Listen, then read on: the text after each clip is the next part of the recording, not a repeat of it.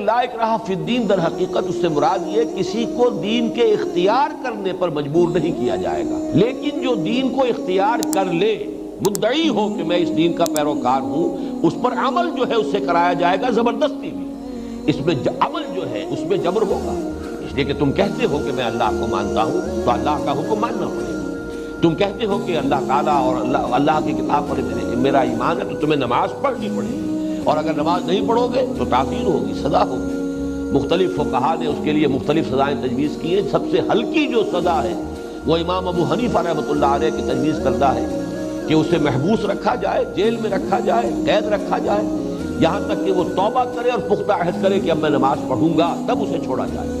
बाज़ फुक़हा के नज़दीक उसका कत्ल जायज़ है ताज़ीरन, कि दर हकीकत नमाज न पढ़ना जो है इतना बड़ा जुर्म है कि इस जुर्म की पादाश में दुनियावी सज़ा और ताज़ीर के अंदर उसकी जान ली जाती है।